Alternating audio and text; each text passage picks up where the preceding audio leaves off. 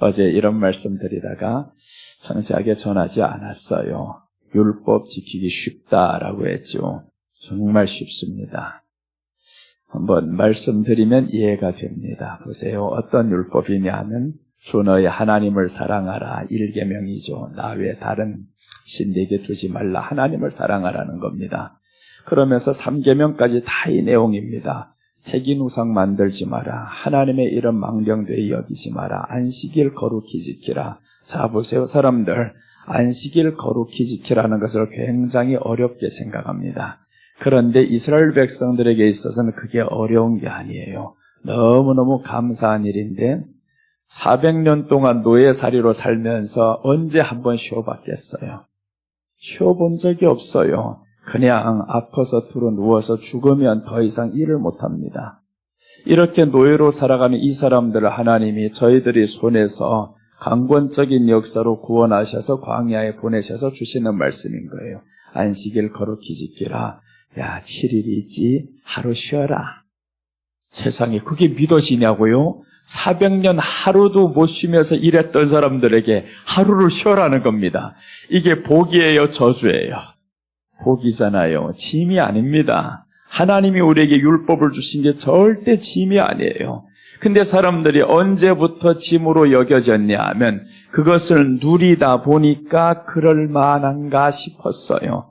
그 은혜에 대해서 점점 희미해지다 보니까 이제는 당연한 것처럼 사람들 생각합니다. 일주일에 한 번씩 쉬는 것이 너무 당연해. 이 당연하다라고 생각하니까 하나님께 대한 은혜가 없어져요. 고마움이 없어져요. 이 얼마나 고마워요. 주일날 한 번 쉬면서 나를 경배하라. 그리고 이제 더 나아가서 보세요. 어려운 게 있는가? 네 부모를 공경하라. 어렵지 않아요. 살인하지 말라. 밤낮 저 애굽 사람들에게 맞고 죽임당하며 사는 이 사람들에게 이제 너희들 힘이 생겼어. 살인하지 마. 사랑하며 살아. 어렵지 않잖아요.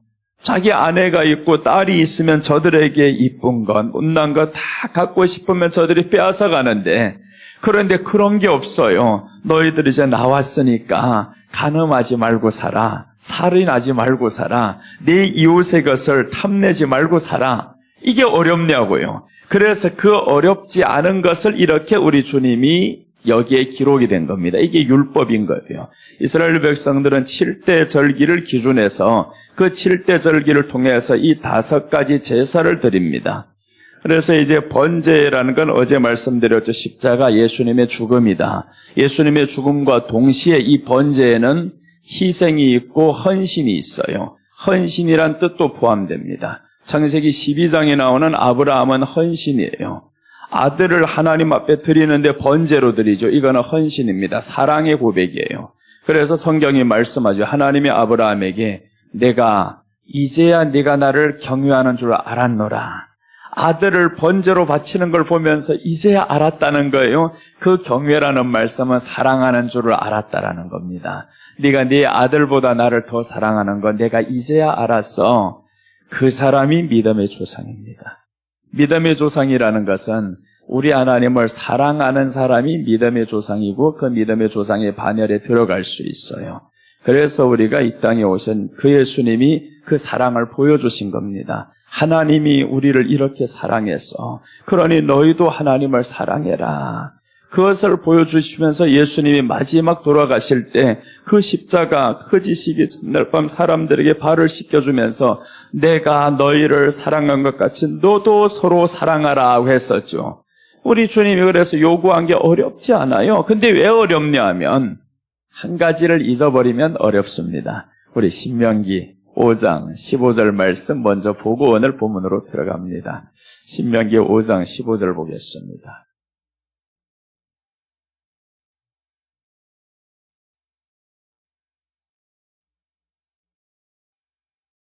신명기 5장 15절 보면 너는 기억하라. 우리 다 같이 읽어요. 너는 기억하라. 네가 애굽 땅에서 종이 되었더니 네 하나님 여호와가 강한 손과 변팔로 거기서 너를 인도하여 내었나니 그러므로 네 하나님 여호와가 네게 명령하여 안식일을 지키라 하느니라.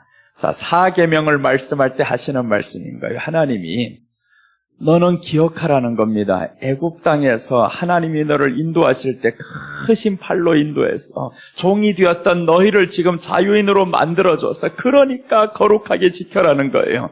그러니까 너 지금 하루도 못 쉬던 너희들 이제는 하루 쉬어라. 이렇게 말해줄 때 백성들이 얼마나 좋아하겠어요.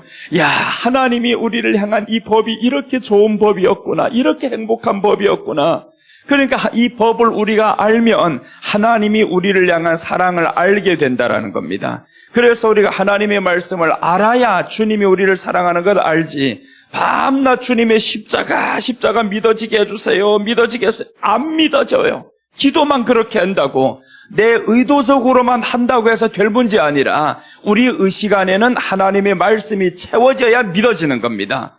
우리 세상에도 그렇잖아요. 지식이라는 게, 이 지식이라는 게 잘못된 정보든 나쁜 좋은 정보든 채워지면 맹신하게 돼 있어요. 그 지식이 나를 끌고 갑니다. 반드시 믿어요. 북한의 그 사상이 왜 저희들을 그렇게 끌고 가냐고요. 굶어 죽는데도 그 지식이 이미 그들에게 들어가 버렸어요. 그러니까 김정은이란 이 사람이 신이 되어버렸단 말이에요. 죽이는 신이 되어버렸습니다.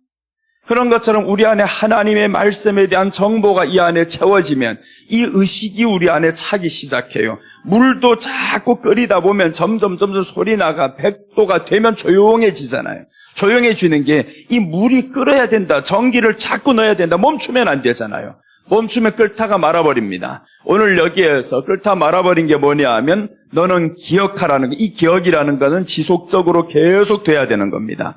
그래서 보면 네가 애굽 땅에서 종이 되었던 네 과거 잊지 마라. 너희 과거는 종이었었다. 죄로 인해서 죽을 수밖에 없었고 너희 소유가 없었다. 그런데 너를 그 자유인 만들기 위해서 네 하나님 여호와가 강한 손과 편팔로 거기서 너를 인도하여 내었나니 그러므로라는 게 그러므로 네 하나님 여호와를 네게 명령하여 안식일을 지키라.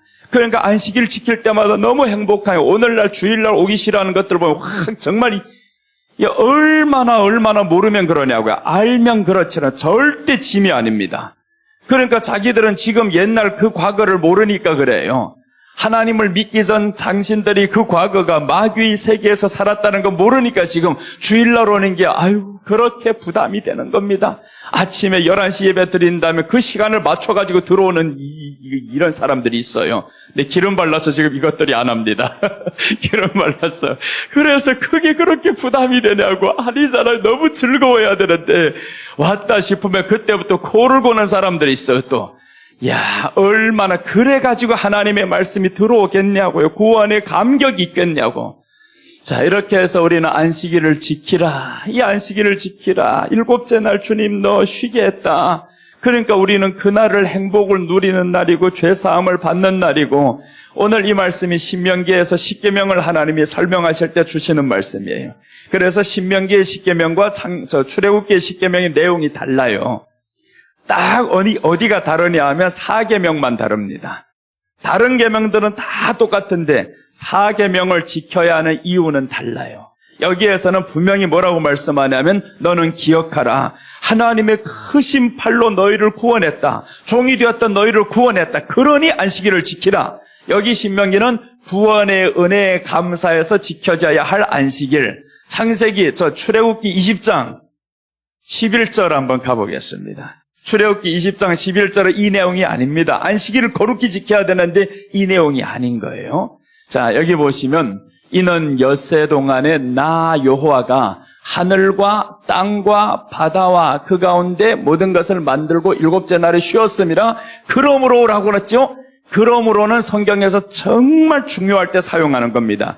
그러므로라는 거예요. 그러니까 앞에 그러므로가 뭐냐 하면 하나님이 하늘을 만들었어요. 땅을 만들었어요. 바다와 그 가운데 모든 것을 만들고 7째 날 쉬었어. 이 말은 뭐예요? 만들었다는 말을 다른 말로 하면 창조하셨다 이 말이죠. 창조하셨다. 그러므로 여호와가 안식일을 복되게 하여 그날들을 거룩하게 하였느니라. 그러니까 우리가 안식일을 지켜야 되는 두 가지 내용이 있습니다. 첫째는 주님이 우리를 종이 되었던 곳에서 구원해 주셨어요. 구원의 은혜를 기억하라. 이건 잊으면 안 된다. 그리고 둘째, 여기는 둘째나 사실은 똑같아요. 다 첫째입니다. 창조주 하나님을 너 기억해야 된다. 하나님이 창조를 했다. 그러니까 우리가 주일날 왔을 때 두 가지입니다. 하나님이 창조하셨습니다. 하나님이 나를 구원했습니다. 이 두 가지를 알고 나아가는 이 사람이 율법이 어렵겠냐고요. 절대 어렵지 않습니다. 근데 어렵다고 한 이유는 뭐냐 하면 이 율법 10가지를 들어가면서 이 전에 오는 구전들이 이것들이 문제를 만들어냈단 말이에요. 이것을 어떻게 안식일날 우리가 그럼 어떻게 하면 거룩하게 지키는 것일까? 물을 옮겨야 될까 말아야 될까? 이런 쓸데없는 거 합니다. 하나님이 자유를 준 것을 가지고 자기네들 스스로 짐을 만들어버렸어요. 그래서 613가지를 만들어놨단 말이에요. 10가지면 되는데 10가지 중에서도 주님은 그 두 가지로 만들어버렸어요. 하나님을 사랑하는 것이고 이웃을 사랑하는 것이다. 이것이 하나님이 우리에게 주신 최고의 강령이니라. 그러니까 600역설까지 우리는 외울 필요도 없고 알 필요도 없어요. 하나님을 사랑하면 됩니다. 하나님을 사랑하면 되고 그 다음에 이웃을 사랑하면 되는 거예요. 그래서 오늘 여기에 화목제 왜 가운데 있냐면 화목제의 내용이 성경에서 제일 많이 나와요. 신약에서 와서 로마서에 보면 화목제가 나오고 히브리서 화목제물이 나오고 화목제는 빠질 데가 없습니다. 그래서 이 말씀이 왜 가운데다 넣고 계속 나오냐 하면 여기를 범하면 속죄제, 속건제, 여의가 다 범죄가 되는 겁니다. 그래서 이제 화목제를 하나님 앞에 제대로 드린 사람은 속죄제, 이제 오늘 속죄제가 나오는데 어제도 속죄제 했고 오늘도 속죄제가 나와요. 자, 첫째 보시면 제사를 시작하는 제사장입니다. 이제 레위기 9장 1절에서 7절까지 이제 드디어 제사를 시작합니다.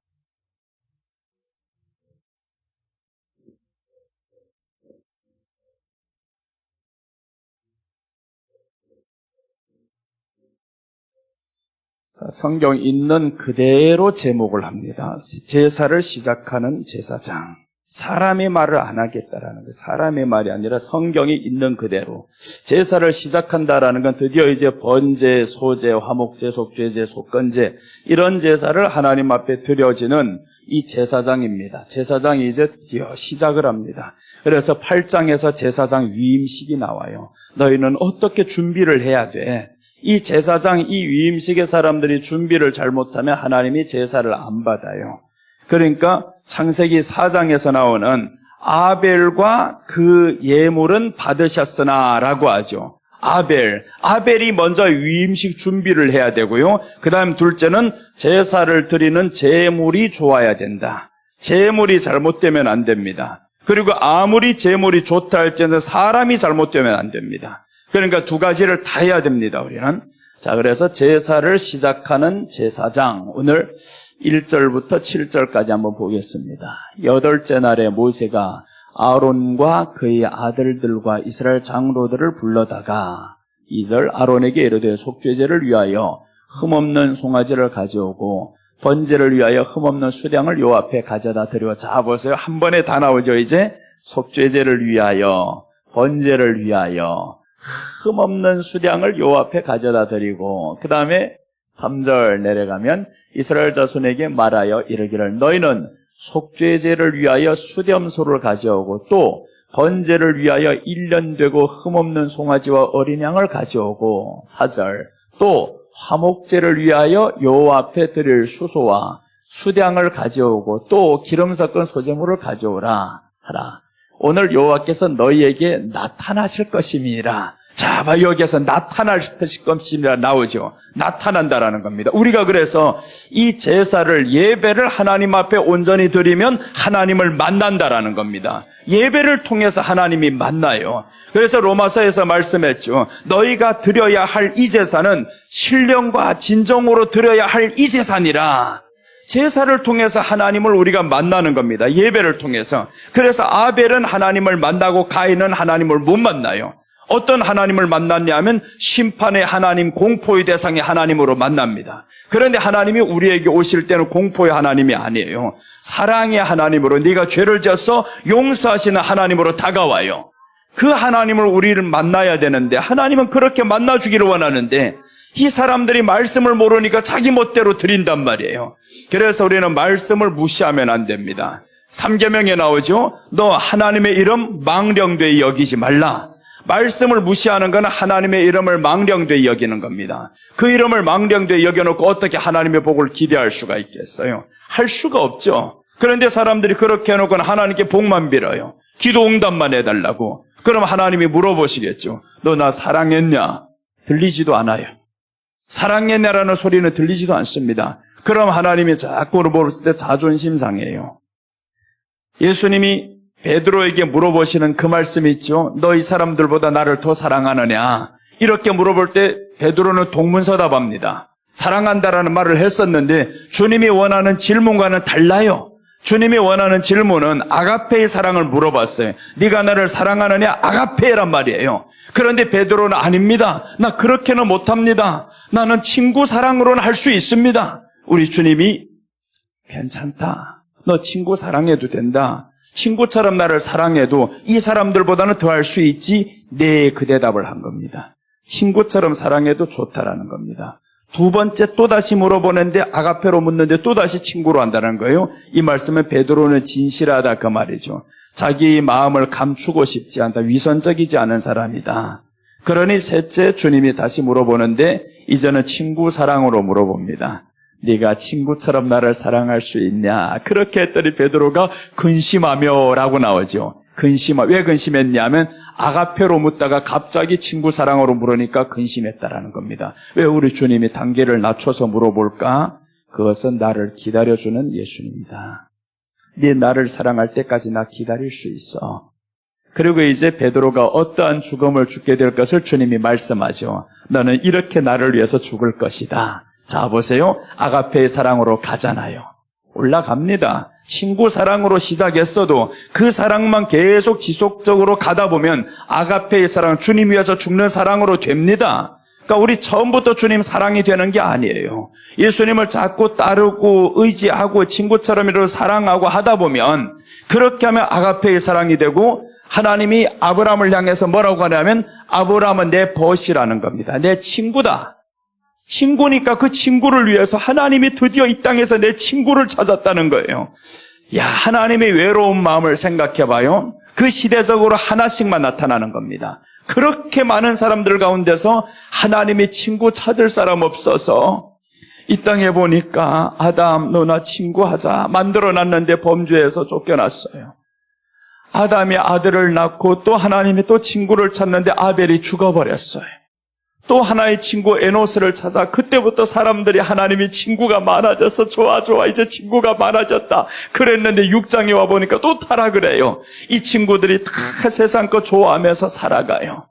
그때 하나님이 기다리는 한 사람, 찾는 한 사람이 나타나는데 에녹이 나타납니다. 이 에녹이 이제 하나님의 친구로 등장을 하죠. 하나님이 너무 기뻤어요. 이렇게 10대가 내려가면서 노아라는 사람이 나와요. 이제 더 안 되겠다. 이 땅을 심판해야 되겠다. 그래서 노아를 향해서 하나님이 친구에게 가장 비밀한 이야기를 해줍니다. 내가 이 세상을 심판할 것이다. 너 준비할래? 뭐요? 배를 준비해야 된다. 엄청 큰 거. 그러니까 자 보세요. 노아에게 하나님이 아주 강박적으로 하신 말씀이 아니라는 거예요. 사랑의 하나님이니까 존중하고 물었단 말이에요. 너 준비할래? 그럼요. 아니 어느 정도로 너무 큰 거 보니까 하다 보니까 1년, 2년에 완공되는 게 아니요 이거. 10년이 지나고 20년이 지나고 사람들이 조롱합니다. 노아야 뭐 하는 거야? 지금 봐라 비가 내린 적이 없었어. 지금까지 한 번도 비가 내리지 않은 너 지금 뭐 하는 거냐고 10년 넘게. 50년이 넘어가는데 세상에 방주가 끝나지를 않아요. 7, 80년째 되니까 방주는 다 되어가는데 그때 하나님이 노아에게 말씀하면 때가 됐다. 무두셀라가 죽는다. 그럼 내가 심판할 것이다. 무두셀라가 죽어야 하나님이 심판하는 겁니다. 방주를 오래 지어야 할 이유는 무두셀라 죽기를 기다려요. 무두셀라가 죽으면 심판한다고 에녹에게 말씀했거든요. 그러니까 에녹에게 그 말씀을 하니까 에녹은 무두셀라가 죽는 날이 하나님이 심판하는 날이야, 심판하는 날이야 이러니까 깨어있을 수 있는 거예요. 우리가 주님 오시는 날 언제일지 모르고 있으면 깨어있을 수 있습니다. 근데 너무 멀리 있다 싶어서 그냥 내 멋대로 살면 친구들과 보다고 친구 술 마시고 이렇게 세상 거 좋아하고 살다 보면 이 사람들은 주님에 대해서 기다리지 않죠. 그래서 악한 종이 누구냐 하면 마태복음 24장에서 말씀이 나와요. 악한 종이 누구냐? 24장인가 25장인가? 더디오시리라 라는 거 24장 45절부터네요. 24장 45절 한번 봅시다. 마태복음 24장 45절. 주인이 더디오리라 하고 이놈이 악한 놈입니다. 자, 충성되고 지혜 있는 종이 되어 주인에게 집사람들을 때를 따라 양식을 따라 나눠줄 자가 자 보세요.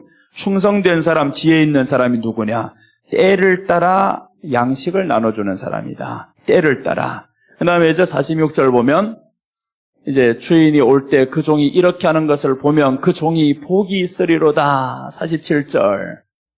내가 진실로 너에게 이르노니 주인이 그의 모든 소유를 그에게 맡기리라. 이런 사람에게 하나님이 이제 맡긴다라는 겁니다. 소유를 맡겨. 그 다음에 48절 보면 만일 그 악한 종이 마음에 생각하기를 주인이 더디오리라 하여. 주인이 더디오리라 하여. 그 다음에 뒤에 이제 행동들이 나오죠.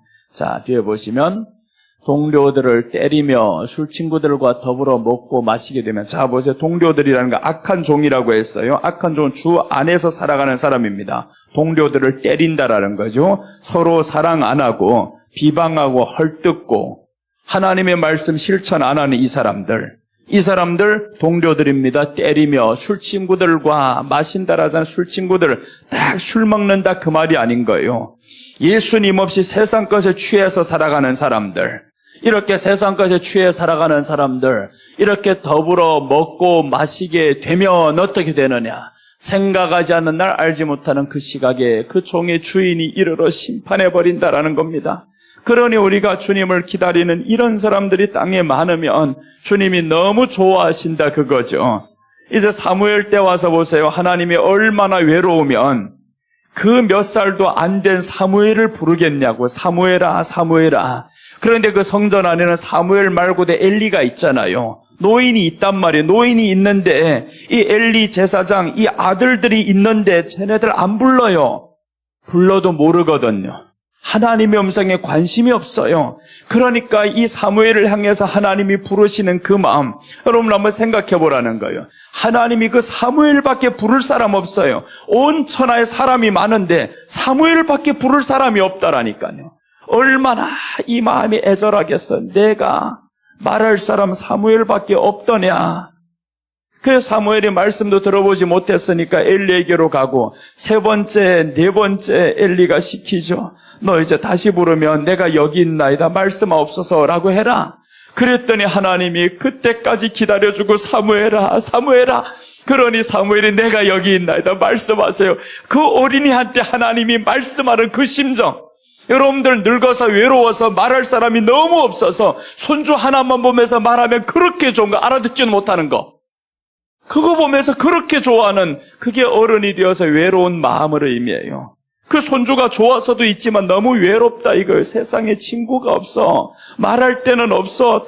다 마음도 안 맞아. 돈만 따져. 뭐 이렇게 하다 보니까 외로워요. 자식들 다 커서 이제는 자기네들 산다 그러지. 그 생각도 없는 그 손주를 바라보면서 그렇게 즐겁고, 그러다가 어느 날 손주가 커서 학교 들어가면 그때부터 할머니, 할아버지 아예 찾지도 않아요. 그러면 할머니, 할아버지는 외로움 끝에서 마지막에 어찌할까? 하나님이 그런 심정이라는 거죠. 하나님이 이 땅에 찾다 그 찾을 만한 그 한 사람은 사무엘밖에 없어 이거. 그러니까 그 어린이하고 크기를 기다리고 또 기다리고 또 기다리고 유일하게 하나님의 친구가 생겼어요. 근데 다윗이 왜 이렇게 하나님 앞에 마음에 드는 사람이냐 하면, 사무엘이 죽을 때 이스라엘 백성들은 사울을 요구해서 나라를 세워가지고 하나님을 버렸어요. 그런데 그 나라 가운데서 사람들이 다 나를 버린 그 가운데서 나를 유일하게 찾아 나서는 한 사람이 있어요. 그게 다윗입니다. 그러니 다윗을 하나님이 사랑할 수밖에 없어요. 너 나 그렇게 사랑해? 그러니 다윗이 하나님 앞에 사랑을 받죠. 드디어 다윗이 하고 싶은 바가 뭐냐 하면, 하나님을 어떻게 더 사랑할까요? 그래, 하나 방법이 있어. 법궤에 들어오는 것을 그렇게 기뻐했잖아요. 이 법궤에 하나님의 그 십계명이 들어가 있는 그 하나님을 이렇게 내가 소유한다는 게 너무 좋아요. 근데 법궤에 컴컴한 곳에 둘 수가 없어요. 그래, 내가 성전 지어드릴게요. 하나님 좀 밝은 데 있어야 됩니다. 큰 성전 지어드릴게요. 그래서 하나님이 다윗에게 설계도를 주는 겁니다. 다윗, 그래, 네가 나를 위해서 그렇게 하고 싶어? 그럼 좋아, 내 설계도 줄게. 그러다 가다 보니 하나님이 마음 바뀌었어요. 다윗, 안 될 것 같다. 너 피 너무 많이 흘렸다. 그래서 다윗이 기가 막힌데요. 하나님 앞에서 대들지 않아요. 하나님, 그래요? 그럼 어찌할 수 없죠. 그게 존중이고 경외입니다. 하나님이 우리를 존중하는 것처럼 우리가 하나님을 향해서 존중하는 겁니다. 다윗이 이렇게 말할 수 있어요. 하나님 좀 빨리 말씀하시. 내가 보세요. 다 준비했잖아요. 모든 재물 다 바치고 성도들 저렇게 좋아하는데 하지 말라니 말이나 됩니까? 내가 안 하면 우리 성도들 다 시험에 다 떠나갑니다. 그런단 말이에요. 그런데 다윗이 관심 없습니다. 하나님이 멈추라고 하면 나 안 합니다.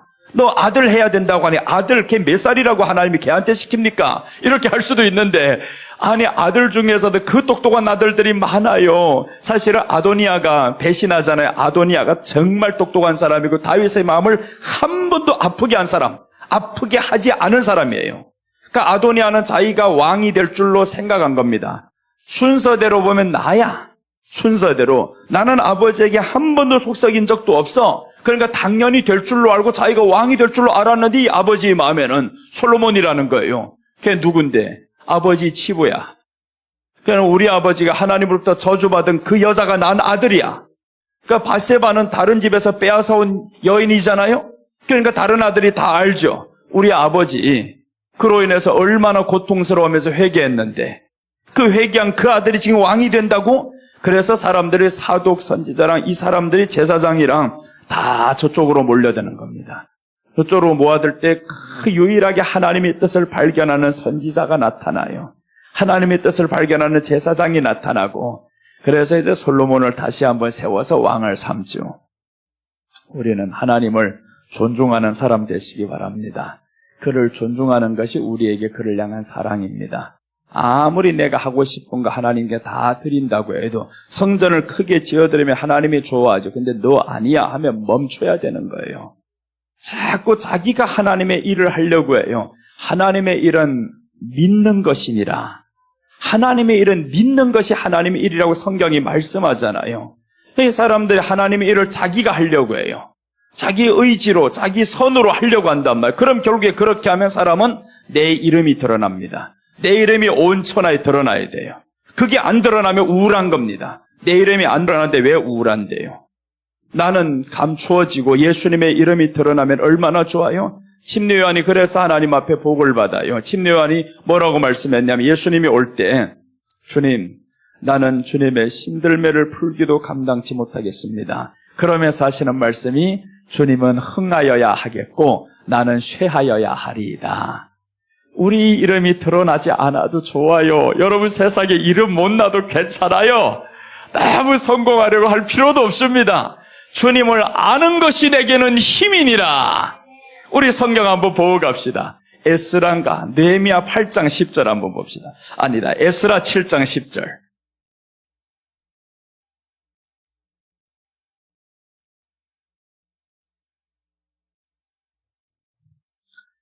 자, 에스라 7장 10절.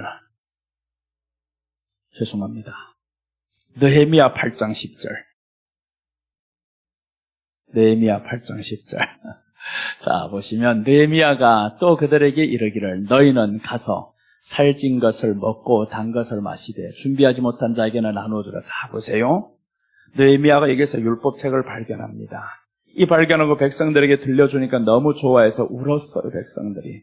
근데 그냥 들려준 게 아니라 이 뜻을 해석을 해서 줬단 말이에요. 해석을 해서 말씀을 전해주니까 너무 좋았어요. 그러면서 느헤미야가 말하는데 살찐 것을 먹고 단 것을 마시되 준비하지 못한 자가 있어. 그들에게는 나누어 주라. 자, 보세요. 말씀을 발견한 사람들에게는 반드시 이게 나와요. 너 혼자 기뻐하면 안 돼. 나누어 줘야 돼.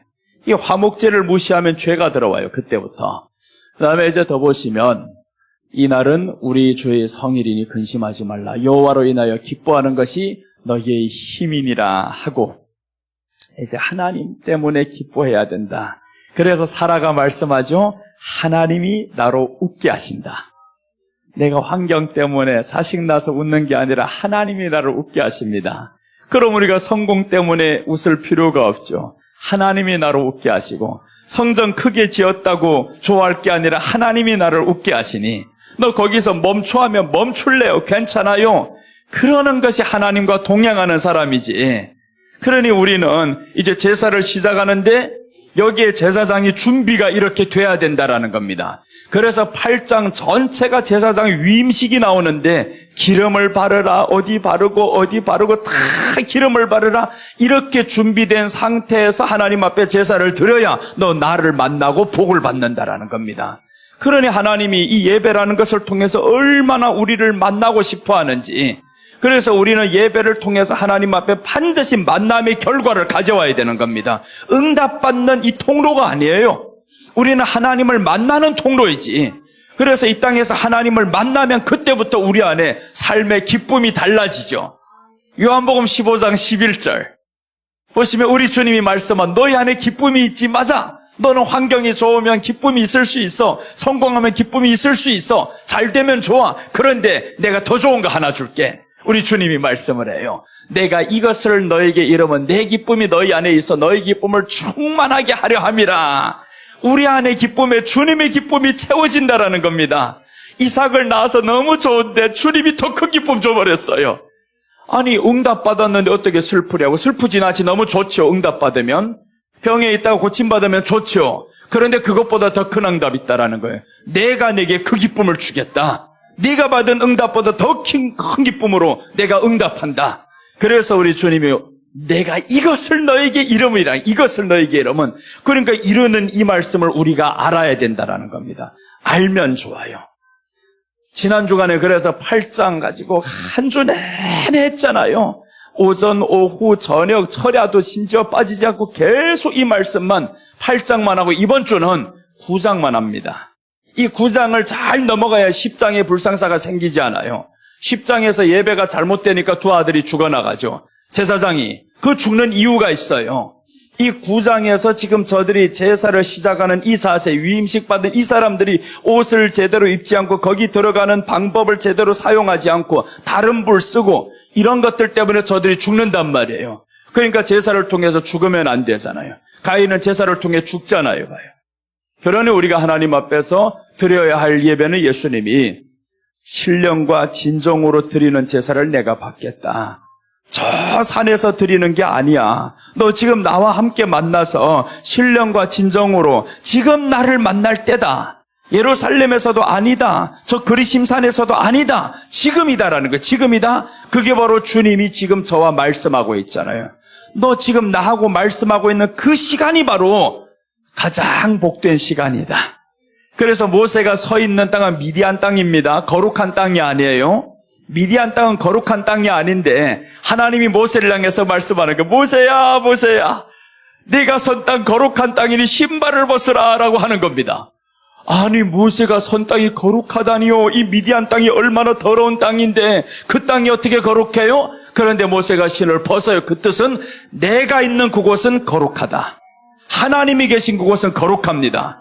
그래서 가늠하다 현장에 잡힌 이 여인이 용서받는 것이 구약의 그 법대로 말하면 너는 내 앞에 왔기 때문에 거룩해질 수가 있어 라는 거예요. 그러니까 우리가 주님 앞에서 안식일을 지키면 하나님이 어떻게 하신다 하냐면 창세기 2장 3절에서 말씀하죠. 너는 거룩하게 7일을 지켜라. 그러면 내가 너를 거룩하게 한다는 말이 첫 번째 나옵니다. 안식일을 지키면 나는 7째 날을 쉬었어. 내가 이 날을 거룩하게 하고 라고 합니다. 거룩하게 했다라는 것은 용서받는 날이라는 겁니다. 그래서 창세기 2장 3절 봐요. 하나님이 그 7째 날을 복되게 하사 거룩하게 하셨으니 7째 날을 복되게 하고 거룩하게 했다라는 겁니다. 우리가 7째 날 하나님 앞에 주일날 나오는 것은 복받는 날입니다. 그리고 거룩하게 된다라는 것은 용서받는 날입니다. 그래서 가늠하다 현장에 잡힌 여자가 예수님 앞에 왔을 때 사람들은 돌로 칩니다. 우리가 주일날 교회 자꾸 나가면 사람들은 뭐라 하겠어요? 왜 교회만 그렇게 정신 빠지게 다니냐고. 일이 그렇게 산더미처럼 밀렸는데 사람들은 돌로 칠 수가 있어요.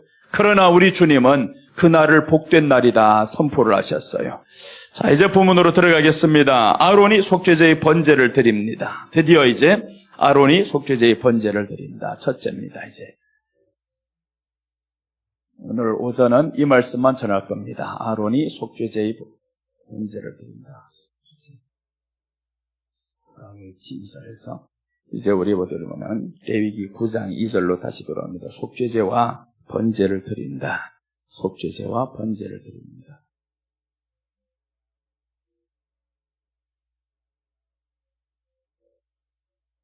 2절 같이 읽겠습니다. 아론에게 이르되 속죄제를 위하여 흠없는 송아지를 가져오고 번제를 위하여 흠없는 수량을 요 앞에 가져다 드리고. 자, 아론, 여기에서 보면 아론, 성경은요 항상 양면성이 있고요 중복성이 있어요. 아론 하면 한편으로는 예수님이 되고 한편으로는 제사장, 즉 본인 개인이 되는 겁니다. 자, 그 다음에 다른 양이 나오죠. 성경에서 양이 나와요. 양이 한편으로는 예수님이 되고 한편으로는 우리가 되는 거예요. 뱀, 한편으로는 예수님이 되고 한편으로는 또한 사단이 되는 겁니다. 그래서 우리가 양면성이라는 걸 알아야 돼요. 하나만 있다고 해서 다 나쁜 게 아니라 아론 하면 이 아론은 예수님을 예표하면서도 우리 제사장, 목사를 예표하기도 하는구나. 이렇게 두 가지로 다 봐야 됩니다. 그래서 이제 그런 방식으로 이제 성경을 해석해 나갈 겁니다. 그러니까 성경 해석이 많이 넓어져요. 가다 보면 이제 성경이 저게 뭐지 하는데 이미 신약의 말씀을 했어요. 그렇게 모세와 선지자의 글과 시편의 모든 성경에 나를 가리켜 말한 것을 자세히 설명해 줬다. 모세와라는 건 레위기죠. 모세오경이니까 레위기 안에서 다 나를 가리켜 말씀했어. 그래서 예수님이 말씀하죠. 나는 선한 목자라. 때로는 목자가 되면서 요한복음 1장 29절에는 요한이 말씀하죠. 앞에 가는 그 사람을 보면서 보라, 하나님의 어린 양이로다. 양이 되는 겁니다. 그때는 양이고, 그 다음에 시편 100편 3절에 보면 하나님이 우리를 보면서 너는 내가 기르는 양이로다 라고 해서 우리도 양, 예수님도 양. 예수님이 목자일 때는 우리가 양이 되고요. 예수님이 양일 때는 우리를 위해 죽어주시는 구세주가 되는 것이고, 그렇게 우리가 성경을 봐야 됩니다. 그래서 오늘 여기에서 속죄제와 번제를 드린다. 아론이 자신을 위해서도 드려야 되지만 이 속죄제와 번제를 예수님이 우리 죄를 위해서 죽어주시는 그 예수님을 의미하기도 해요. 그러면 이제 목사님들은 어떻게 해야 되냐면 나를 위해 죽어주신 그 예수님 앞에서 정결하게 살아야 되는구나. 속죄제를 드리자. 속죄제는 정결을 의미합니다. 죄가 못 들어오게. 죄가 못 들어오자면 번제가 너희 앞에 항상 있어야 된다. 번제는 희생과 십자가라고 했습니다. 너희 희생이 없는 삶은 반드시 죄로 가게 돼 있다. 그러니까 하나님의 종들은 희생해야 된다라는 겁니다. 하나님 앞에 드리는 것에 대해서 아끼지 말고 나아가야 되고 희생이 있어야 되고 십자가를 너희 마음 가운데 새기면서 살아야 돼. 그래서 이것들이 식어지면 이게 그 다음에 희미해지면 하나님의 법을 지키는 데 있어서 부담이 됩니다. 문제가 오면 부담이 돼요. 어제 빌립보 4장 6절 이제 다시 한번 해석해 드릴게요. 아무것도 염려하지 말라는 것은 감사함이 더 커야 되는데 어떤 감사요? 구원의 감사가 너희 염려보다 더 커야, 그래야 염려가 안 되는 겁니다. 구원의 감사가 더 커야 돼요. 그래서 하나님 앞에 감사함으로 하나님께 아뢰라라고 했죠. 아뢰라는 것은 네 문제를 아뢰라는 게 아닙니다. 문제 아뢰라고 말한 게 아닙니다. 저기 잘 봐요. 아무것도 염려하지 말고 다만 모든 일에 기도와 간구로 너희 구할 것을 감사함으로 하나님께 아뢰라. 염려를 구하라는 게 아니라 이 염려는 맡겨라는 거예요. 염려는 맡기고 너희가 구해야 될 것이 있어. 구해야 될 것은 하나님 구원의 감사가 이 안에 더욱 넘치게 하소서. 이 구원의 감사가 내 염려보다 커 보이게 하여 주옵소서. 그러면 이 문제가 작아지는 겁니다. 예수님이 말씀하셨던 것은 이 잔을 내게서 옮기시옵소서. 그게 큰 산이지 어떻게 잔이냐고요. 그 십자가를 앞둔 건데 주님은 잔이라는 겁니다. 자그마한 잔을 내게서 옮기시옵소서. 잔인데 하나님이 커 보이니까 잔이 되는 거고요. 하나님이 작아 보이면 문제가 산처럼 보입니다. 그래서 이스라엘 사람들은 항상 기도할 때면 산이 내게서 옮겨달라고 기도합니다. 예수님이 이제 여기에서 기도의 내용이죠. 너희가 산을 만나거든 믿음으로 이 산을 저리로 옮겨라 해도 옮겨진다라는 거예요. 우리식으로 말하면 저 산이 있다가 갑자기 없어진 걸 말하는 거야. 그 뜻이 아니요. 그 말씀을 하는 게 아니라 우리 주님이 하시는 말씀은 그 산이 옮겨진다라는 것은 네가 믿음으로 나아가면 내가 더 커 보이면 너희 문제가 이렇게 옮겨지리라. 그래서 이제 나오는 저 스가랴 4장 6절에서 7절 보면 큰 산아라고 하죠. 큰 산아. 스룹바벨 때 큰 산이 저 북이스라엘로 인해가지고 저쪽에서 막 침략해 올 때입니다. 이 엄청난 막강한 군사력을 가진 이 나라들이 침략해 오는데 엄청난 큰 산이에요. 큰 산이라는 것은 그러니까 어려움이죠. 큰 문제가 너에게 불어닥쳐. 그런데 이제 한번 봅니다.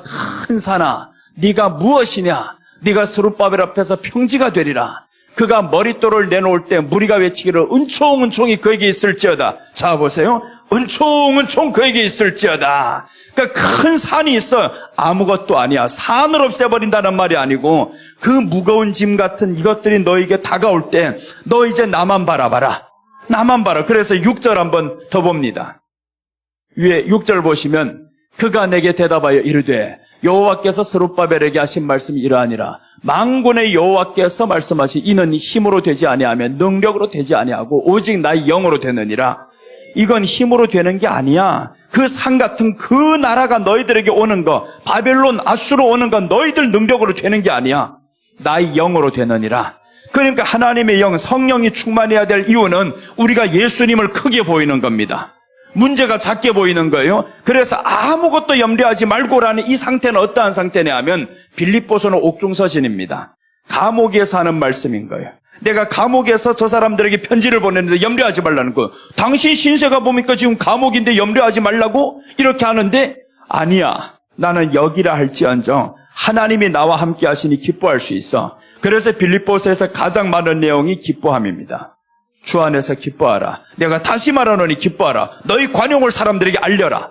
이런 말씀들을 많이 하는 겁니다. 우리 안에 정말 예수님을 채워지면, 예수님의 말씀으로 채워지면 그때부터 문제는 문제처럼 안 보여요. 어제 저녁에 예배 마치고 잠깐 들어가서 뉴스나 보자 하고 잠깐 켰어요, 이거. 온통 보니까 시끄러운 내용이요. 확 꺼버렸어요, 이거.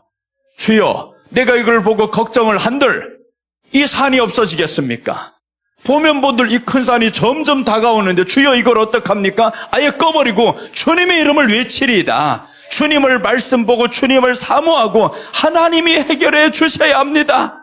하나님이 해결해 주셔야지 내가 그걸 본들 내가 누구 편에 서서 말한들 해결이 되냐고 이게 안 되겠더라고요. 주님이 도와주세요. 주님이 역사해 주세요.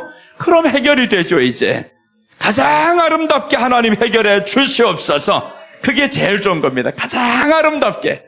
자, 그래서 아무리 큰 것들이랄지언정 우리가 하나님 앞에 나아가는 제사장이 정결해야 된다는 거예요. 속죄제 드려야 된다. 너 죄를 가지고 하나님 앞에 나가면 안 돼. 제사장, 이 번제를 드려야 하는데 속죄제 욕심을 가지고 나가면 안 돼. 이 제사장아. 그러니까 제사장은 하나님 앞에 나아갈 때 깨끗해야 되는데 그 주님의 피로 먼저 8장에서 다 썼잖아요. 주님의 피로 가득히 물들이고 그 옷을 입고 그 관유를 바르고 또 이제 모든 곳에 관유를 다 바릅니다. 그래서 8장 마지막 절 가면 모든 곳에 다 기름을 발라요. 다 기름을 바르고 그리고 9장이 시작되는 겁니다. 이제 제사를 시작하는 이 사람 아론, 너 이제 시작해야 돼. 속죄제와 번제를 드려. 그러니까 드디어 이제 자기들 기대했던 그 번제를 친히 드리는 겁니다. 야, 우리가 이제 이거 드려야 돼? 하나님을 더 만날 수 있어? 이렇게 나아가는 거예요. 그래서 여기 말씀의 뜻은 우리 죄를 위해 자신을 드린 예수님을 의미해요. 우리 죄를 위해서 자신이 드린 예수님.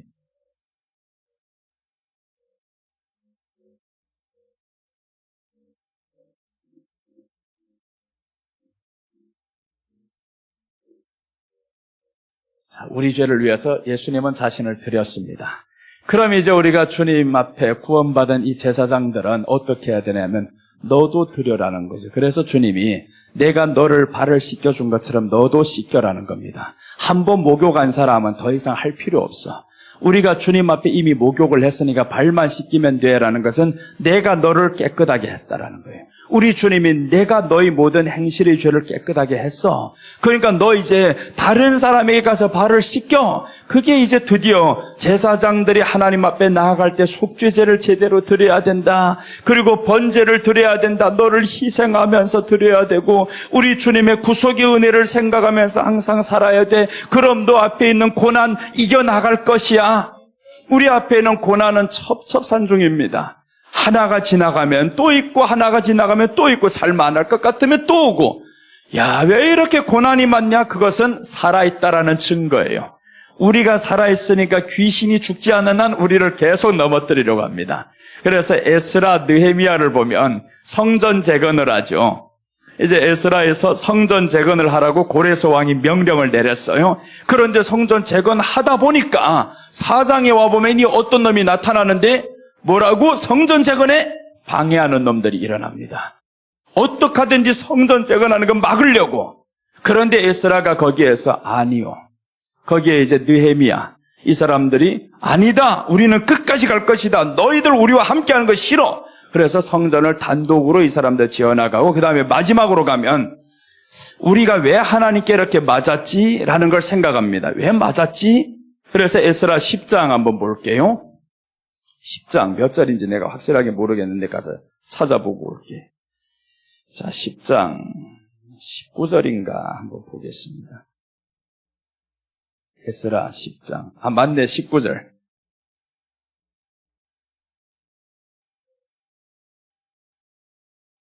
자, 19절을 보시면 이 사람들이 제사장들입니다. 18절에서는, 죄송합니다. 18절부터 같이 봅시다. 18절 보면 제사장이라고 분명히 나와요. 제사장의 무리 중에 이방 여인을 아내로 맞이한 자는 예수와 자손 중 요사닥의 아들과 그의 형제 마세야와 엘리에셀과 야립과 그달랴라. 자, 보세요. 제사장들 중에서 이방인을 맞이했다라는 거죠. 이방인을 맞이했어요. 그 다음에 19절 넘어갑니다. 어떻게 하나 봐요? 그들이 다 손을 잡아 맹세하여, 뭘 맹세하는가 보여? 내용을 보면 기가 막힙니다. 그들의 아내를 내보내기로 하고 또 그 죄로 말미암아 수량 한 마리를 속건제로 드렸으며 이방인을 내 아내로 맞이했다라는, 그게 바로 다른 신을 섬기게 만든 겁니다. 그래서 이제 에스라 뒤에는 이렇게 아내를 내보내기로 했던 제사장의 이름들이 끝까지 다 나옵니다. 그 이름들이 나와요. 야, 우리가 이방인을 아내로 맞이했던 거, 그것 때문에 하나님을 멀어졌어. 솔로몬이 이방인을 아내로 맞이했기 때문에 멀어집니다. 하나님은 분명히 말씀을 했어요. 왕이 될 사람 훗날에 분명히 모세에게 말씀했어요. 훗날에 분명히 너희들을 향해서 저들이 왕을 요구할 거야. 그러면 그때 내가 3가지 법을 줄게. 요건 해야 된다. 요거 지켜야 된다. 요거 안 하면 큰일 난다라는 겁니다. 근데 솔로몬은 이거 다 범해버립니다. 그 말씀 보고 갈게요. 신명기 17장 15절에서 17절까지 신명기. 자, 보세요.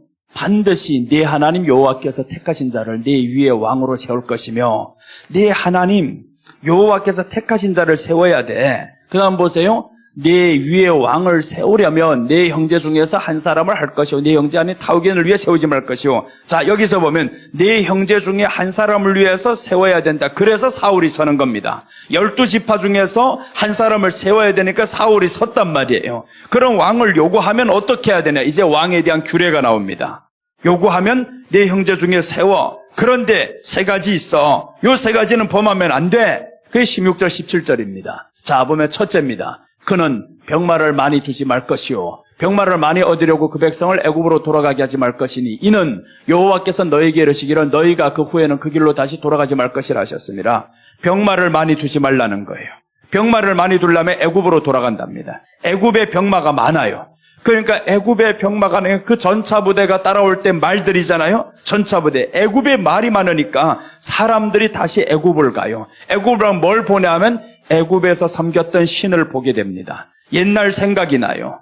우리가 옛날 이런 것들 섬겼는데 광야에서 사람들 항상 그러죠. 우리가 애굽에 있을 때는 이것도 먹고 저것도 먹고 왜 여기에서 죽게 하냐고. 항상 애굽입니다. 그러니까 하나님이 왕을 세우면 그때 사람들 병마 많이 두지 마. 병마를 두려고 애굽으로 간다. 애굽 가면 안 돼. 병마를 많이 두지 말는데 솔로몬이 병마가 얼마나 많은지 상상도 못해요. 그 병마를 가져다가 되팔기도 했더라라고 나와요. 이제 성경을 여러분들 다 읽어보셨으니 이제 알 거예요. 이렇게 해서 되팔기도 했더라. 그러니까 누구를 범죄하게 만드냐 하면 너는 백성들을 범죄하게 만든다. 저들이 그곳에 왔다 갔다 하면서 얼마나 많은 것을 보고 얼마나 많은 것을 가져오고 그러니 이 사람들에게 우상을 다 섬기게 만들죠. 병마를 많이 뒀어요. 자, 그 다음에 이제 둘째 하지 말아야 될 것 있습니다. 둘째 하지 말아야 될 것 17절. 그에게 아내를 많이 두어 그의 마음이 미혹되게 하지 말 것이며 둘째는 아내를 많이 두면 안 된다. 솔로몬은 아내가 몇 명이라고요? 1000명. 다윗은 10명이 넘었어요. 그런데 아버지보다 100배가 많습니다. 1000명의 여인들 데려오자면. 그래서 어제 말씀드렸던 겁니다. 내가 내 마음이 원하는 것을 금하지 않아야 했다.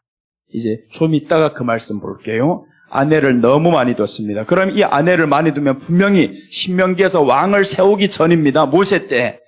아내를 많이 두면 저들이 그의 마음이 미혹되게 하지 말 것이 미혹된다라는 거예요. 아내를 많이 두면 미혹된다. 반드시 미혹된다. 그러니까 아내를 많이 두면 안 돼. 미혹된다라는 겁니다. 그런데 이방인을 다 끌어다가 자기 아내로 만들었고 이렇게 미혹되게 하지 말라는데 그렇게 했어요. 셋째 보면 은금을 많이 쌓지 말 것이요. 솔로몬의 재상이 지상의 왕들보다 더 많았더라 성경에 나오죠. 은금이 너무 많아가지고 금으로 방패를 만듭니다. 방패는 철로 만드는 겁니다. 금은 딱딱한 게 아닙니다. 못 막아요. 그런데 왜 그렇게 방패를 만들었냐고요? 장식용. 훗날에 바벨론에 이것들이 다 빼앗깁니다. 그렇게 만들었던 거, 금으로 만들었던 거. 그럼 이 금을 만들기 위해서 금으로 만들어놨던 걸 누가 다 갖다 바친 거냐고요? 다른 나라에서도 바치고 백성들이 바치고 백성들이 수고롭게 그 국고성을 다 지어놓으면 죽을 때까지 성만 백성들은 쌓아야 됩니다. 계속 백성들은 성을 짓는다, 궁을 짓는다. 이렇게 해서 궁과 성을 계속 쌓죠. 성을 쌓으면 궁을 짓고 이렇게 해서 백성들이 평생 동안 고달프게 살다가 솔로몬은 결국에 돌아가요. 솔로몬이 죽으면서 하는 말이 전도서입니다. 야, 내가 정말 잘못됐다. 정말 이 모든 걸 누려보니까 잘못됐다. 그 말씀이 전도서 2장 9절, 10절 한번 보겠습니다. 전도서 2장. 자, 보세요. 내가 이같이 창성하여 나보다 먼저 예루살렘에 있던 모든 자들보다 더 창성하니 내 지혜도 내게 여전하도다. 솔로몬이 하는 말이에요. 내가 이같이 창성하다. 내 전에 모든 사람보다 내가 더 창성하다라는 거죠. 자, 그 다음에 10절 보시면 무엇이든지 내 눈이 원하는 것을 내가 금하지 아니하며 무엇이든지 내 마음이 즐거워하는 것을 내가 막지 아니하였으니 이는 나의 모든 수고를 내 마음이 기뻐하였습니다. 이것이 나의 모든 수고로 말미암아 얻은 몫이로다. 자, 여러분 한번 보세요. 두 가지가 나오죠. 무엇이든지 내 눈이 원하는 것을 다 가졌다라는 겁니다. 눈이 원하는 것을 금하지 아니하였으며 라고 나와요. 눈이 좋다고 보기 좋은 거 다 가지면 안 됩니다. 그게 독이 될 때가 있어요. 그런데 솔로몬은 내 눈이 원하는 것 금하지 아니하였다라고 나오죠. 그 다음에 내 마음이 즐거워하는 것을 내가 막지 아니하였으니 막아야 되는데 막지 아니했습니다. 그래서 10절에서 자기 이 죄를 회개하는 겁니다. 이렇게 해서 이거 내가 얻은 몫이 맞아, 분복이 맞아. 그런데 10절에 보면 11절 이제 11절로 보면 그 후에 내가 생각해 본즉 내 손으로 한 모든 일과 내가 수고한 모든 것이 다 헛되어 바람을 잡는 것이며 해 아래서 무익한 것이로다. 그 후에 보니까 다 헛되다. 내가 이렇게 많이 누려봐서 내가 좋아하는 거 다 가져봤더니 다 헛되다, 헛되다. 드디어 솔로몬이 깨달아서 헛되다. 그래서 마지막에 사람이 하나님을 여호와를 경외하는 것이 사람의 본분이니라 라고 말씀하면서 죽어 이게. 좀 전에 깨닫지. 남 거 적게 뺐고. 그랬으면 얼마나 좋아요. 빼앗을 거 다 빼앗아 오고 누릴 거 다 누려보고 사람을 고통스럽게 하다 마지막에 돌아가는 솔로몬. 그 사람의 지혜를 구하지 마세요. 나 이거 이제 안 다음부터 솔로몬 존경하네. 천국 가면 당신 누구요 할 거예요. 어떻게 여기 왔어? 우리 아버지 덕이다 할 거예요. 그럼 솔로몬이 야 내가 이렇게 모든 것을 한 거 너희들 보고 그러지 않기를 바라노라. 솔로몬도 천국에서 얼마 그러겠어요. 자기가 지나온 날을 돌아보면서 야, 이 땅에 살아가는 이 사람들아 내 교훈 좀 봐라. 내 교훈 보고 이제 너희들 나처럼 살지 마. 그래서 11절이 나오는 겁니다. 그 후에 내가 생각해 본즉 내 손으로 한 모든 일과 내가 수고한 모든 것이 다 헛되어 바람을 잡는 것이며 해 아래서 무익한 것이로다. 다 헛되다라고 했죠. 그러니까 내 눈이 원하는 것, 내 마음이 원하는 것 다 가지면 안 된다는 것을 신약에서 성령이 열매에다가 마지막에 갖다 붙여놓습니다. 성령이 열매 9가지 우리가 한번 해봅시다. 사랑과 희락과 화평과 오래 참음과 자비와 양성과 온유, 순성과 온유와 절제, 마지막에 절제다. 너희 마음이 원하는 것 금해야 된다. 원하는 게 있으면 적당히 가져. 하나도 갖지 말란 말이 아닙니다. 적당히 가져라는 거, 적당히 가져. 그래서 이제 네가 눈이 원하는 거 좀 금할 것은 금해. 1000명이 뭐냐, 네 아버지. 야, 10명 좀 넘어해서 너도 적당히 해도 되잖아, 이거. 그런데 1000명의 여인을 데려오자면 길거리에서 이쁜 건 다 데려와야 됩니다. 다 잡아와야 됩니다. 그냥 자기 아내로 삼아버려야 되는 거예요. 다윗이 마지막에 죽을 때 보세요. 아비삭이라는 수넴 여자가 오죠. 여자가 가장 아름다운 여자. 이 여자가 다윗이 죽을 때 아내가 됩니다. 거기에서 수종들더라라고 했죠. 그런데 다윗이 뭐라고 하냐면 그 여인을 다치지 아니하였더라라고 나오죠. 다치지 않았어요. 물론 늙으면 사람들은 더 젊은 거 요구한대요. 지 주제를 모르고. 그렇게 해서 점점 이제 젊은 것만 보였는데 다윗은 마지막이 아닙니다. 아니다. 그렇게 살아갔는데, 그런데 이 아비삭을 보면서 탐낸 사람이 있어요. 그게 바로 아도니아입니다. 그 아들.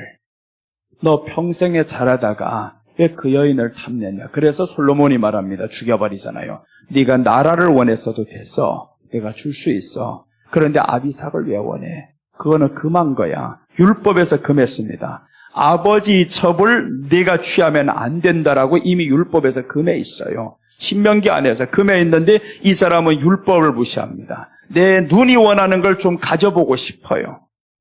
그렇게 사람들이 하나님 율법에 대해서 무시하다 보면 결국에 하나님의 저들을 칠 수밖에 없습니다.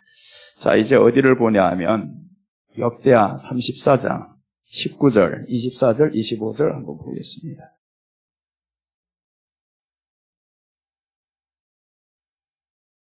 역대하 34장에 나오는 요시야 왕은요, 하나님을 가장 기쁘게 했던 사람입니다. 심지어 다윗보다도 더 기쁘게 했던 사람 요시야예요. 그런데 요시야의 죽음이 별로 아름답지 않아요. 왜 그렇게 됐을까? 이제 이 말씀을 한번 나누겠습니다. 자, 봅니다. 왕이 율법의 말씀을 듣자 곧 자기 옷을 찢더라. 왕이 이제 율법의 말씀을 들었어요. 이 율법의 말씀을 발견합니다. 성전 재건을, 성전 그 안에서 청소를 하다 보니까, 그러니까 율법을 발견했어요, 제사장들이. 그래서 이 요시야 왕에게 말합니다. 왕이시여, 우리가 성전에서 이거 발견했어요. 그럼 보세요. 이 율법책을 이 요시야의 아버지는 왜 발견 못했을까? 할아버지 므낫세는 왜 발견 못했을까? 히스기야 때는 율법책을 읽었는데, 그러니까 므낫세, 요시야 아버지가 이름이 뭔지 생각이 안 나요. 아무튼 그 집에 아들이 있어요. 그러니까 므낫세의 아들이 있는데 므낫세 때부터 하나님의 말씀을, 율법책을 감춰뒀어요. 아무도 못 보게. 그러니까 므낫세가 엄청나게 범죄를 합니다. 범죄하다 그의 아들이 또 범죄를 하고, 그러다가 요시야가 8살에 왕이 되는데, 요시야가 왕이 되면서부터 하나님을 경외하는 마음이 생겼어요. 그래서 이제 8년이 지나면서 16살이 되면서, 야, 우리가 뭘 해야 되겠다. 성전을 좀 한번 둘쳐봐라. 그래서 성전을 보니까 거기 율법책을 발견합니다. 자, 이렇게 쭉 읽어나가다 24절로 넘어가요.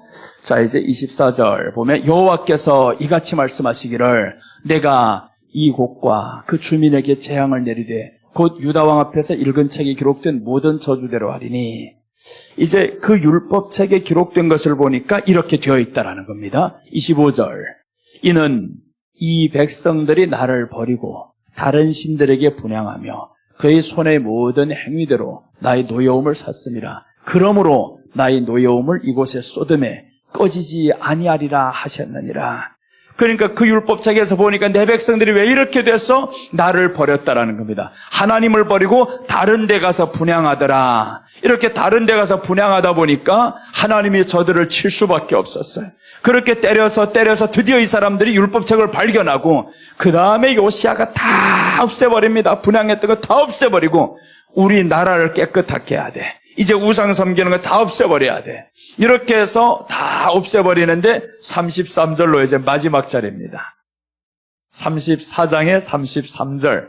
이제 마지막 절로 가다 보면, 자, 여기서 이렇게 나옵니다. 이와 같이 요시야가 이스라엘 자손에게 속한 모든 땅에서 가증한 것들을 다 제거하여 버리고 이스라엘의 모든 사람으로 그들의 하나님 여호와를 섬기게 하였으므로 요시아가 사는 날에 백성이 그들의 조상들의 하나님 여호와께 복종하고 떠나지 아니하였더라.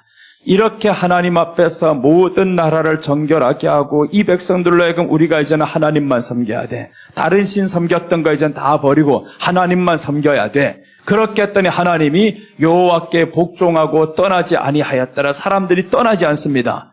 요시아 아들 넷이 나오는데 그로부터 이제 망합니다. 요시아가 마지막 왕이 될 가능성도 있었어요. 근데 요시아가 그 어려운 난국에 지금 북이스라엘은 다 망했고 아수르가 점령을 했고 그 모습을 보면서 이제는 이 사람들이 바벨론에 의해서 침공이 돼야 되는데 저 아래 보니까 애굽도 강해요. 애굽도 강대국이지 아수르와 바벨론이 다 강한 것들만 주변에 있어요.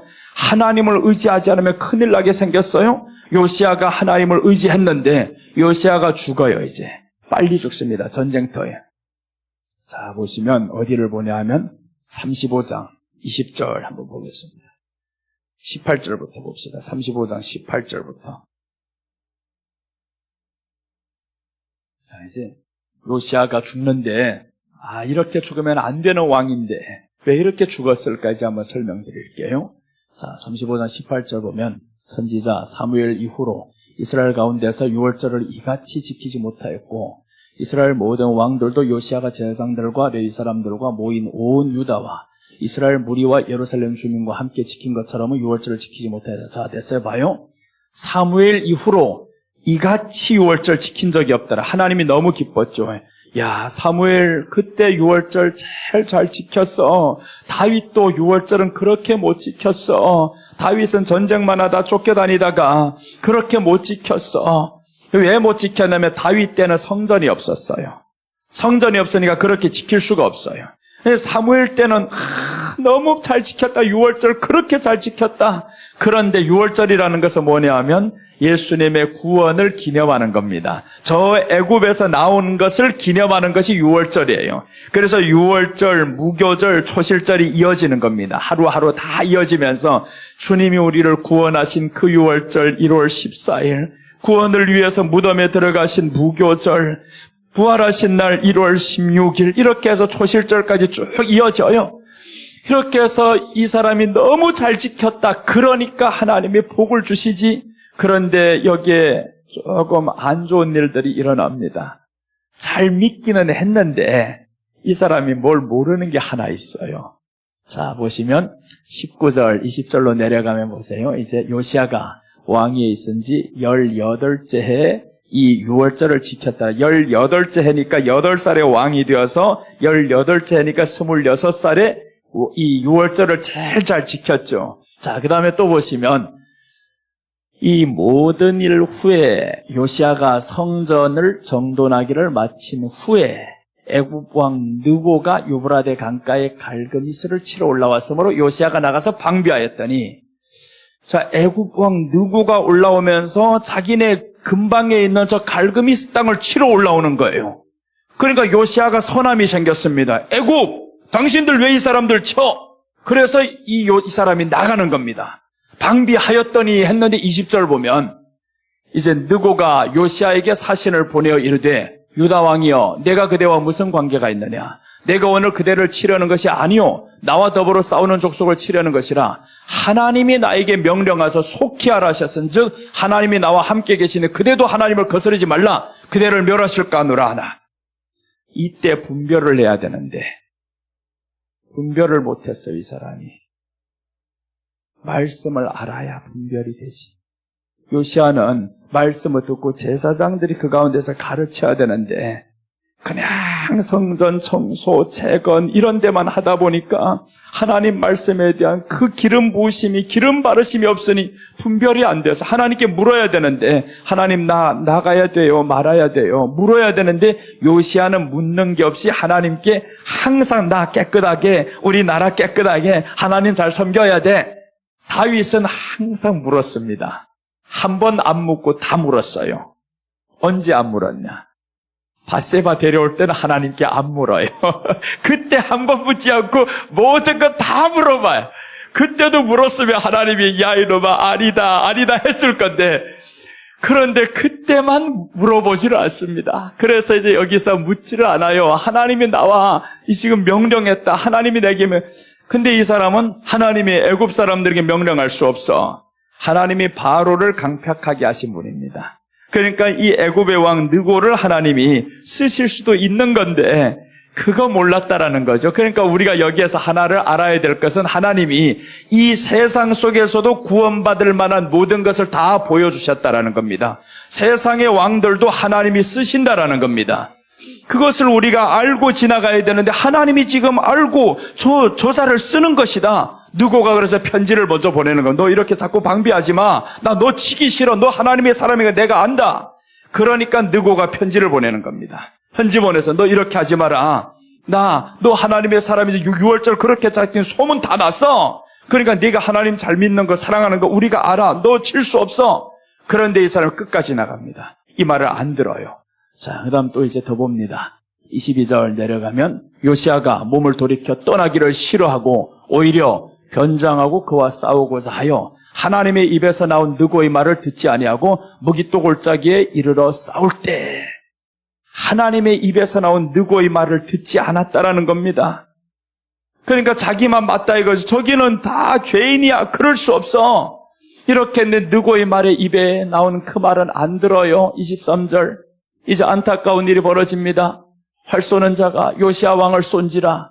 왕이 그의 신하들에게 이르되 내가 중상을 입었으니 나를 도와 나가게 하라. 24절. 그 부하들이 그를 병거에서 내리게 하고 그의 버금 병거에 태워 예루살렘에 이른 후에 그가 죽으니 그의 조상들의 묘실에 장사되니라. 온 유다와 예루살렘 사람들이 요시아를 슬퍼하고 그러나 죽었다라는 겁니다. 이 전장에서 나가서 죽었어요. 39살에 죽죠. 그래서 한참 더 왕위를 계승해서 그 나라를 더 견고하게 해야 되는데 죽었어요. 하나님의 말씀이 어디에 임한지 모르니까 대적하는 겁니다. 그러니까 우리가 하나님의 말씀이 이 안에 확실히 있어야 됩니다. 마지막에 그 말씀을 모를 때 우리가 내가 따라야 할 것이 무엇인지 버려야 할 것이 무엇인지 분별이 안 돼요. 그냥 맹신해버립니다. 그러니까 하나님은 우리에게 말씀으로 채우라고 어제 레위기서 너 광주리 무교병 한 광주리를 채워야 된다. 그 말씀. 그래서 그 말씀을 마태복음 4장 4절에서 사람이 떡으로만 살 것이 아니야. 하나님의 입으로 나오는 모든 말씀으로 산다. 그러니까 말씀을 우리가 채워야만이 주님의 말씀이 들리는 겁니다. 그냥 말씀도 없는 사람이 하나님 내게 말씀하시옵소서 하면 이상한 소리 들어요.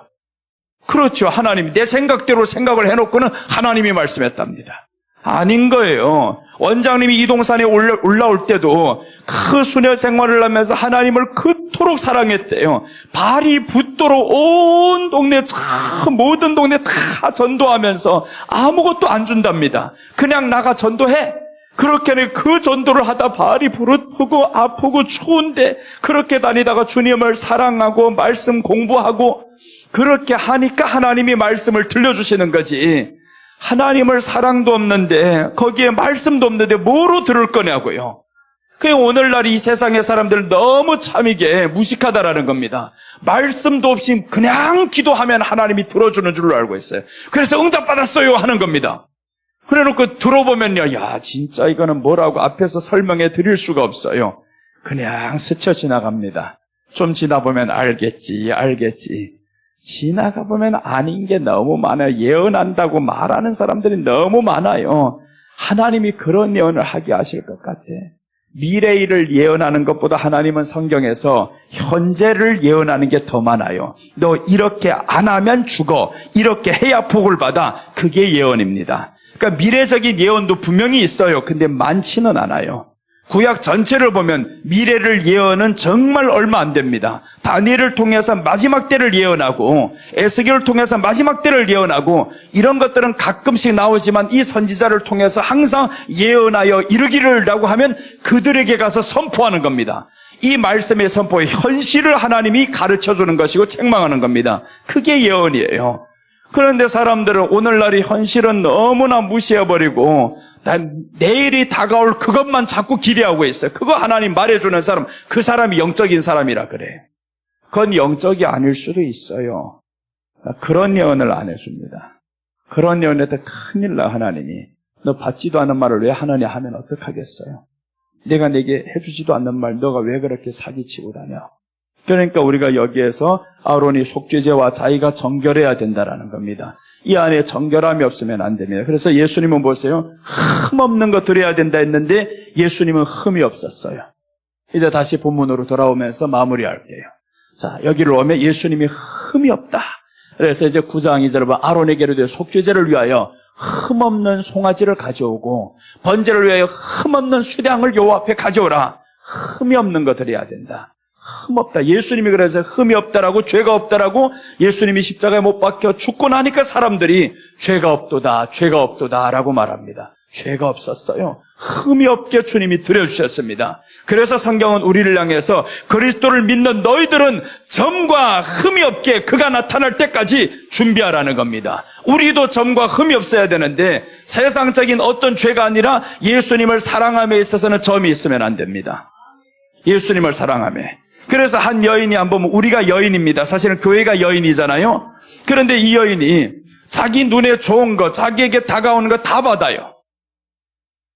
만약에 나하고 약혼한 여자가 있어요. 이 여자가 있는데 그런데 세상의 모든 이쁜 여자가 다가오면 내가 다 받아줍니다. 여기가 자기야 나 저 사람하고 가서 조금 앉아있다 올게. 갔다 오니까 또 이제 아유야 아니 믿어줘. 밤새고 왔어요. 또 돌아와놓고는 또 다른 여자한테 또 밤새도록 가서 있다 오고 다 받아줍니다. 1000명의 여인 다 받아줘요. 그럼 이 여인이 너 나 사랑하냐고 믿겠냐고요? 믿을 수 없어요. 내가 이 여인을 사랑한다면 다른 여인이 다가온다면 거절해야 됩니다.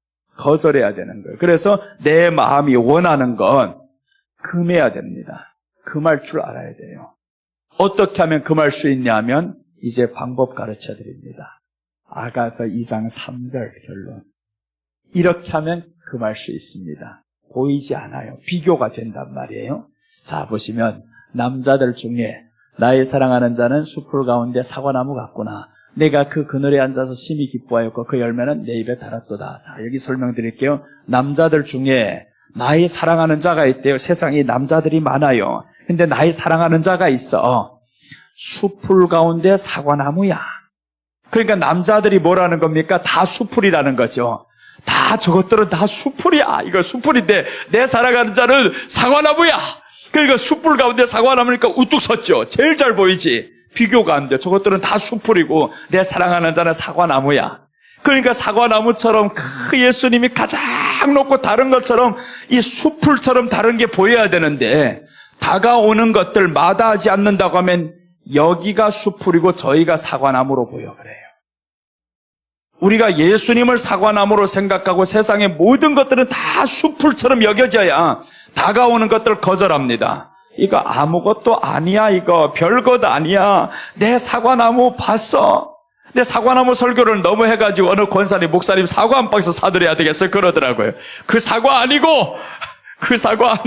하도 사과 소리 많이 들어가지고 오늘 이 말씀에서 지금 사과나무 세상 것들은 다 숲풀이야. 남자들 다 보니까 여자들 다 보니까 숲풀이고 내가 사랑하는 저자만 사과나무야. 근데 그 사과나무 밑에 있어 보니까 어떤 일이 났냐면 내가 그 그늘에 앉아서 심히 기뻐하였고 그 그늘에 앉아 너무 기뻐. 내가 이 여인과만 있으면 너무 기뻐.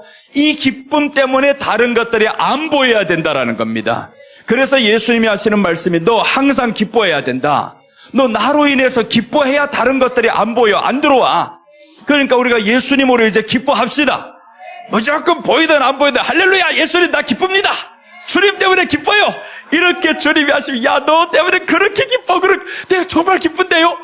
예수님 때문에 기뻐하는 척이라도 자꾸 하다 보면 진짜 척이 없어집니다.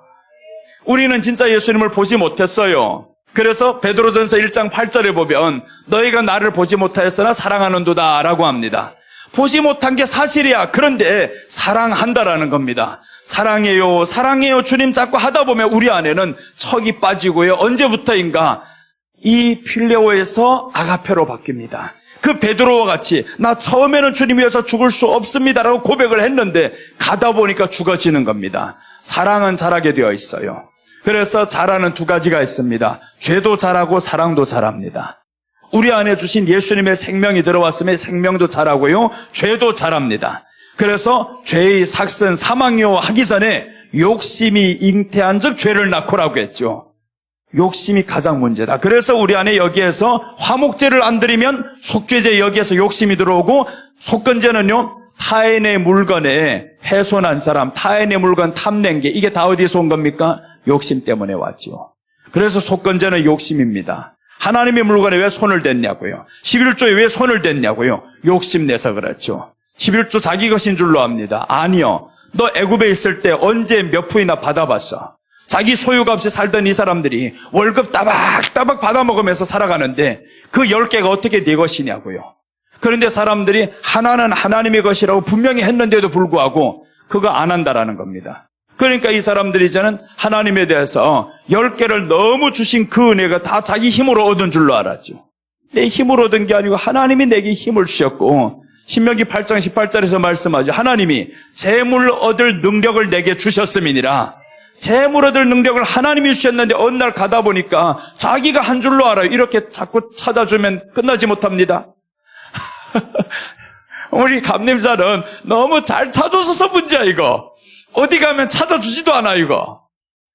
자 보시면 네 하나님 여호와를 기억하라. 보세요. 기억하라는 말이 있죠. 기억하라.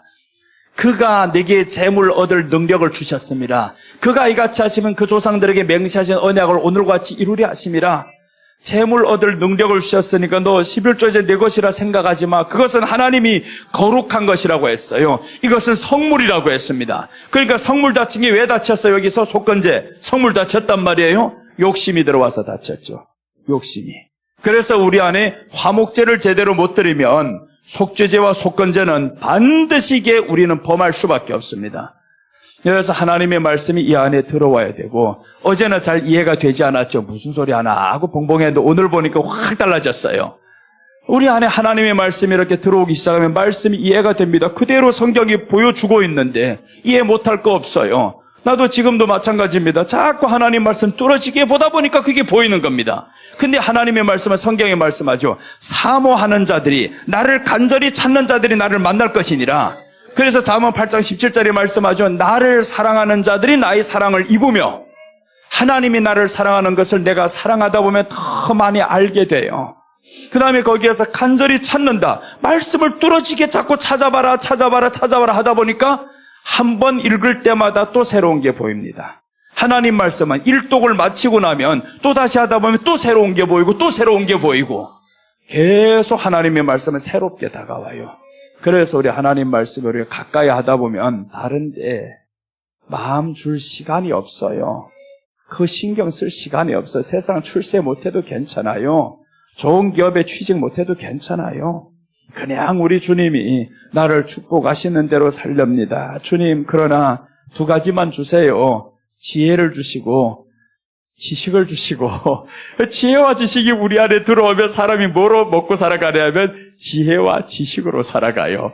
그러니 하나님이 내게 지혜를 주시고 지식을 주시면 세상 먹고 살아가는데 문제가 없다라는 겁니다. 하나님은 이것을 준다고 8가지 준다고 했어요 또. 그러니 우리는 하나님 앞에 주님을 사랑하면 주님이 필요에 따라서 채워줍니다. 오후에 계속 이 말씀을 이어가야 되겠네요. 아직 마치지 못했어요. 이거 빨리 마쳐야 되는데 아직 보니 더 있네 이거. 기도합시다. 하나님 감사합니다. 우리 오늘도 이렇게 말씀을 채웠습니다. 특별히 이번 주간 말씀을 사모하는 용사들을 보내주셔서 감사합니다. 이렇게 윤치영 목사님이 오셔야 하는데 특별한 사정이 있어서 오지 못해서 저희들 사모함으로 왔었으나 하나님 실망되지 않게 더욱 귀한 말씀으로 채워주시옵소서. 전에 받았던 이 모든 것을 바탕으로 주님 앞에 이렇게 더욱 나아가는 저희들 되게 하여 주시옵소서. 오늘도 함께 하심을 감사하고 남은 시간들 위해 우리 주님의 은혜를 주시옵소서. 감사하며 예수님의 이름으로 기도드립니다.